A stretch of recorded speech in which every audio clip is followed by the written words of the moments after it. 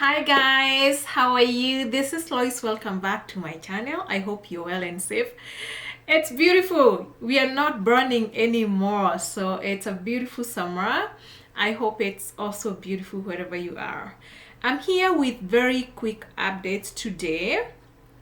I know I owe you a video. Actually, I have made that video, but I haven't posted it because guess what? It's school application season for people who want to come to school next year, September. That is the main school intake. That is September 2022. So parents, I know people come to me at the last minute. They want school admission.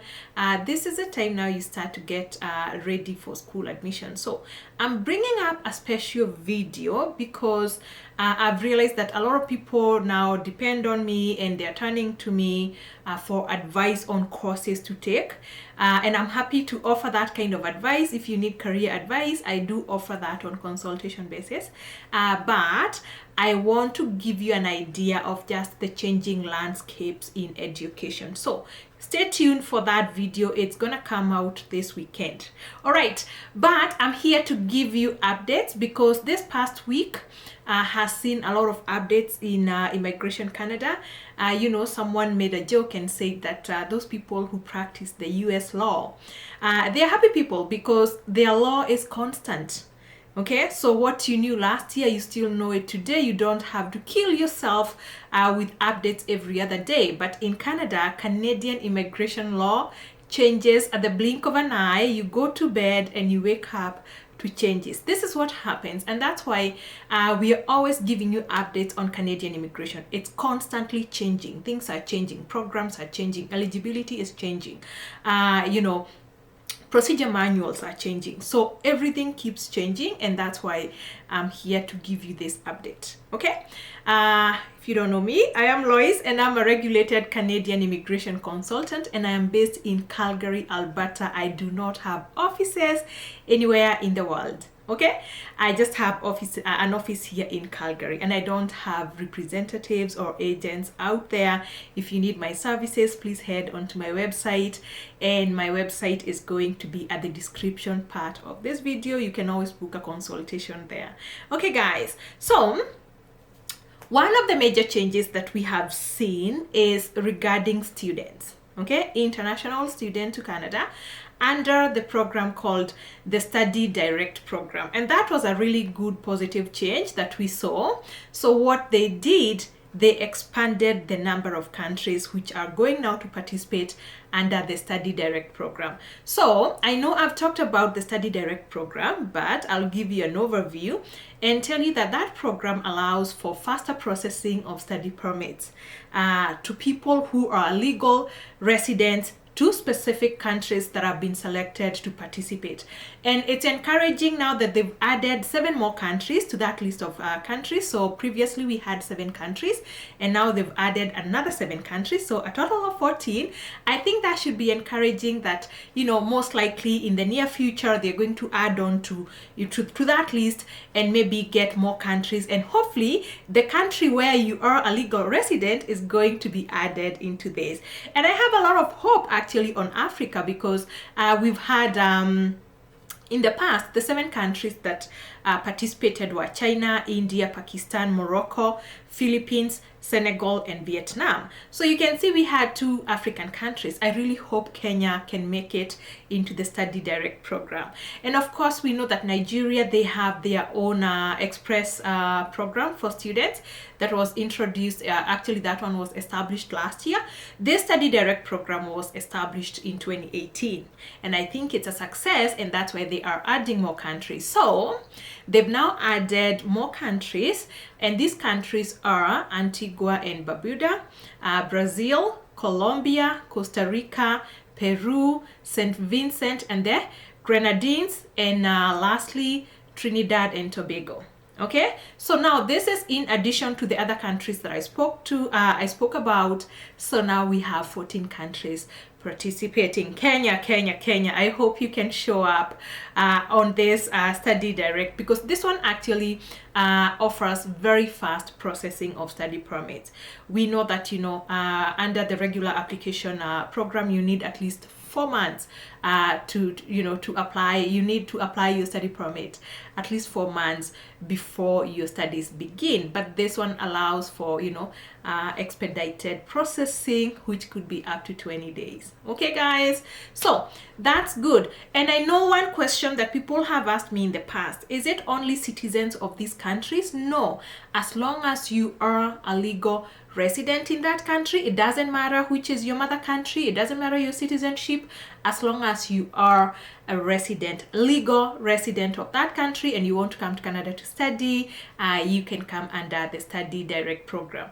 I'm just going to mention those countries quickly again. It's the previous ones were China, India, Pakistan, Morocco, Philippines, Senegal, Vietnam, and now they've added Antigua and Barbuda, Brazil, Colombia, Costa Rica, Peru, St. Vincent and the Grenadines, and last but not least, Trinidad and Tobago.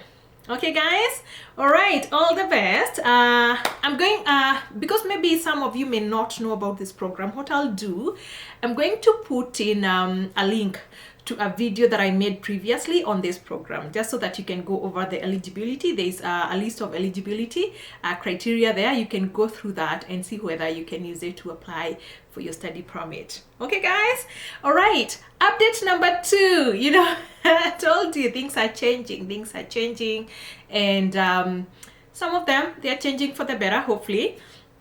So this one is regarding people who are in the express entry. Okay guys, so if you have an express entry profile, please, this is very important. This is a deal breaker. This can make or break your case, and it's very unfortunate when these things happen, when your profile is kicked out or when you're refused, because people do get refused even when they qualify for express entry. If you don't put in the good right application, I see so many cases you won't believe. I see so many cases which get refused for various reasons. But one of the reasons that causes refusals or rejection in express entry profiles is people not being able to meet the deadline, the timeline deadline. So once you get an ITA, once you get that ITA, you usually have 60 days. Previously, before COVID, you had 60 days to file for your PR. And then during COVID, they expanded that to 90 days, okay? To give people more time, because there were delays, with people getting, police checks and the necessary documentation needed for your application for PR. So they expanded that to 90. Guess what? It's now gone back to 60 days. And 60 days, it sounds a lot. It's 2 months, but it's really nothing when you're applying for express entry permanent residence. Yes, I am always, and I tell my clients, we have to be ready before we can begin, because 60 days is really nothing. Always make sure that you are well prepared before you even get that ITA, if you know that you have good chances of getting an ITA. Someone is reminding me here that I haven't asked you guys to subscribe. Have you subscribed to my channel? Oh my goodness, guys. Stop. Subscribe, like, and share this video. Okay, I know you know someone who can benefit. Like and share. I am here because of your support. You keep me going, guys, and you've brought me so far.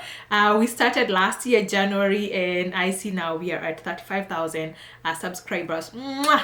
Thank you guys. I can't tell you just how much I appreciate that. Okay guys, all right, so make sure you are meeting the timeline for applying for your ITA, guys. 60 days.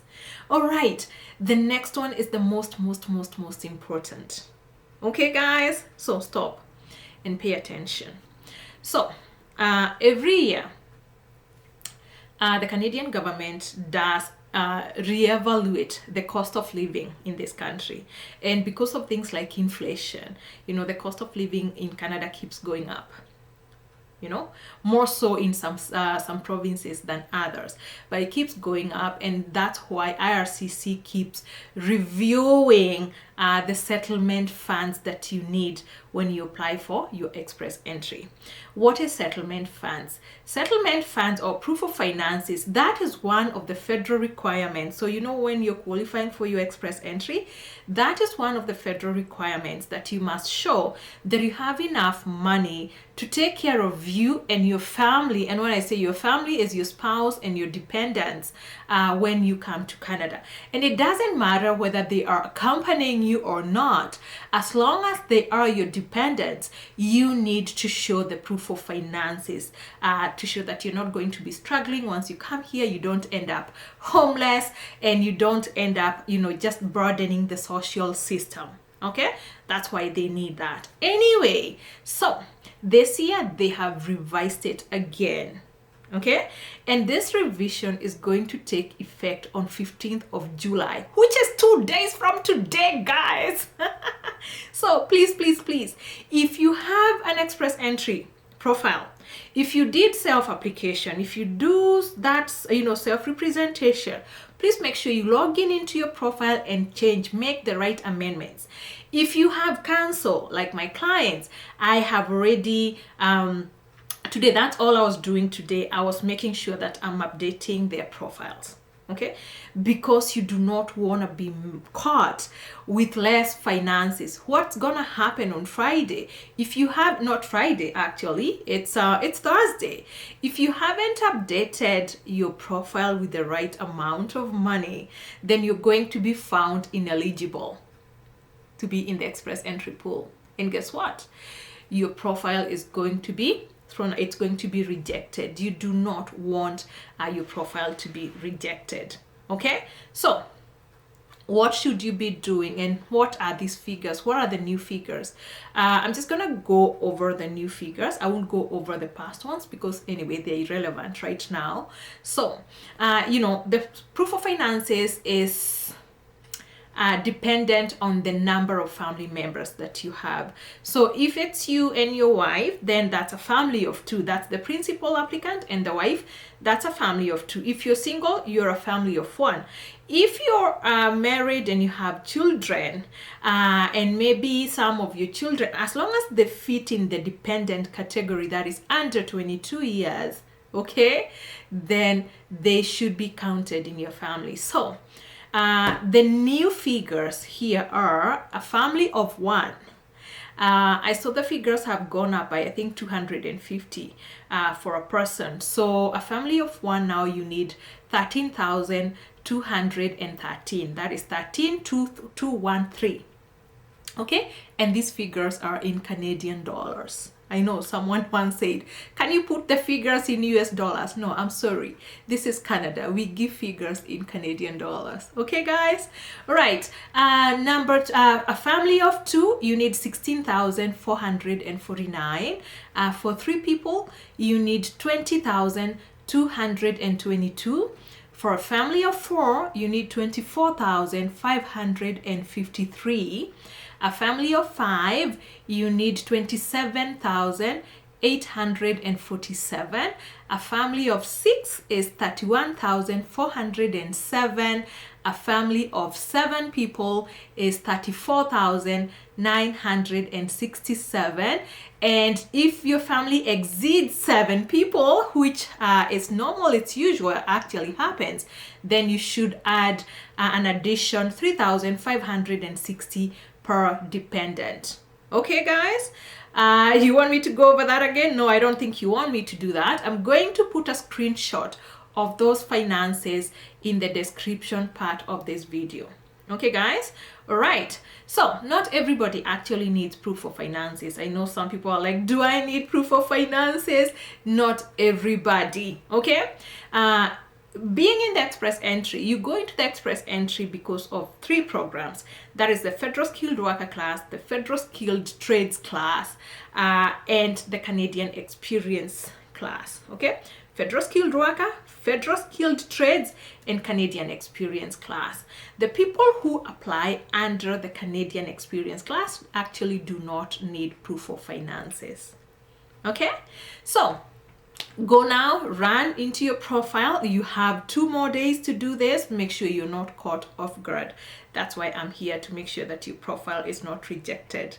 Okay, guys, you may also want to revise your proof of finances upwards to this standard if you're also now planning to apply for a provincial nomination, because you find that some of the provincial nominations, they do depend, they depend on the proof of finance of finances under express entry.